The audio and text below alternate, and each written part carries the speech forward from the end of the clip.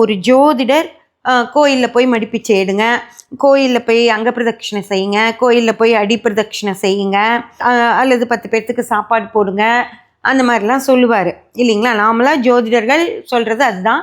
அதுக்கு போக நிறைய பேர் பரிகாரங்கிற பேரில் நீங்கள் யாகத்தில் அது போடுங்க இது போடுங்கன்னு சொல்லுவாங்க, இந்த கலரில் துண்டு வாங்கி கொடுங்க அப்படின்னு சொல்லுவாங்க.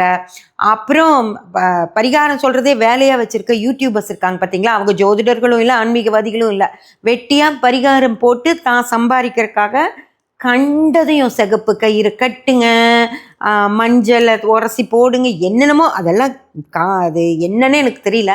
அந்த மாதிரியெல்லாம் பல விஷயங்களை சொல்லி என்ன செஞ்சால் நம்மளுக்கு ஏதோ ஒன்று சரியாகும்னு நினச்சி இருக்கிற மக்களை ஏமாற்றிட்டு இருக்கவங்க இருக்காங்க.